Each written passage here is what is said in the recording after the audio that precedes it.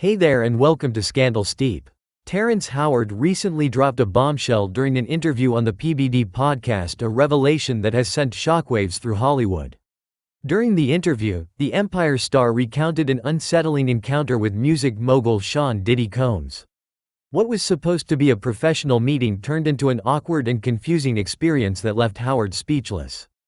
According to Howard, Diddy had invited him over under the pretense of wanting to improve his acting. The plan, supposedly, was for Howard to coach him. But when the actor arrived, he found Diddy doing absolutely nothing. No script, no discussion, no clear agenda.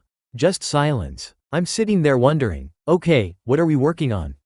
Howard recalled. Instead of answering, Diddy allegedly just stared at him, completely unresponsive.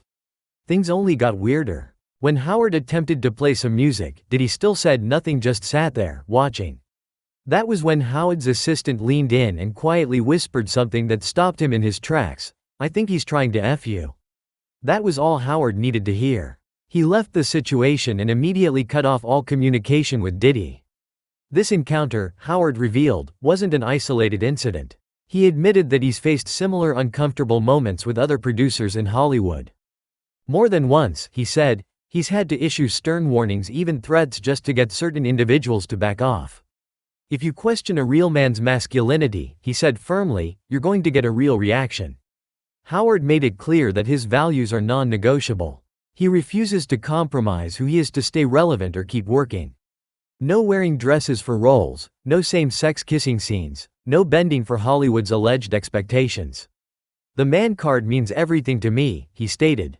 Interestingly, these revelations arrived years after an earlier reported clash between Diddy and Empire. Back in the day, Diddy's stepson, Quincy Brown, had been promised a role on the show. But that opportunity vanished once Diddy discovered part of Quincy's music rights would be owned by the studio. Furious, Diddy reportedly tried to leverage his power to have the terms changed, even calling high-level executives at 20th Century Fox.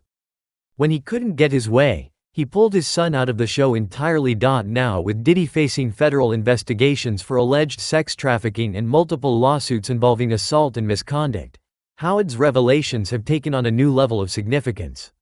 His testimony isn't just another celebrity anecdote, it's part of a growing pile of disturbing claims circling the once untouchable music mogul.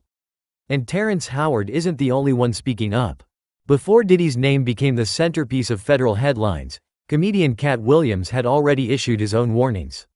In his viral Club Shay Shay interview, Williams detailed his own experiences with Diddy, stating that he had to turn down $50 million on 4 separate occasions in order to protect his integrity. Williams claimed that Diddy tried to lure him into situations that crossed personal boundaries. "Diddy likes to party," Katt said plainly, "but sometimes you had to tell him no.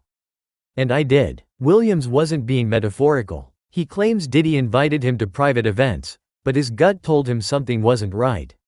"I've got receipts," he added, suggesting he's kept detailed records to back up his claims. And now, as Howard steps into the spotlight with his own account, Williams is showing his full support, echoing what he's been trying to tell the public for years. The overlap between Howard and Williams is striking. Both men believe they've suffered in their careers for standing firm on their values. Both have turned down lucrative deals to avoid situations they found compromising.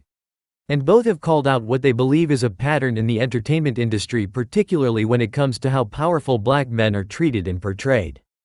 There are now rumors that Howard and Williams might collaborate on a podcast where they'll pull back the curtain and reveal the behind-the-scenes truths of their careers. Nothing official has been confirmed yet, but fans are already buzzing with excitement. One person on X, formerly Twitter, wrote, "Please, someone get Terrence Howard and Katt Williams in the same room. If they do a podcast, it'll be the most fascinating show on earth." Another added, "These two are on the same frequency. We need this." Their shared perspective aligns with an ongoing discussion in Hollywood, particularly the alleged push to emasculate black men on screen. For years, comedians and actors have questioned why so many black performers are cast in roles that involve wearing dresses, especially early in their careers. The theory suggests that it's a subtle test of submission or control, and saying no can lead to being blacklisted. Dave Chappelle famously voiced concern about this. "You start looking around and realizing every black man in a dress made it big. he once said in an interview. That didn't happen by accident.